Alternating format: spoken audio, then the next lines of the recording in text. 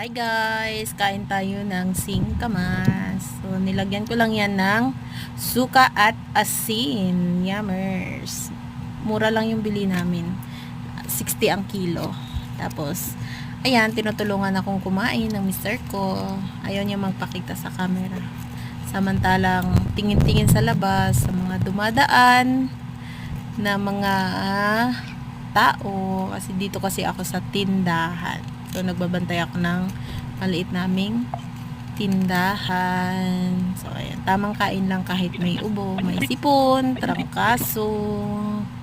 So, go lang. Ang laki. Oo, sausaw natin. Kagat, pak, ganun. Gusto mo? Yummy yan.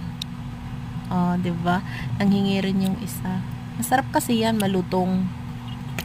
Pag singkamas na kasi ngayon. So, yan naman guys. Bye!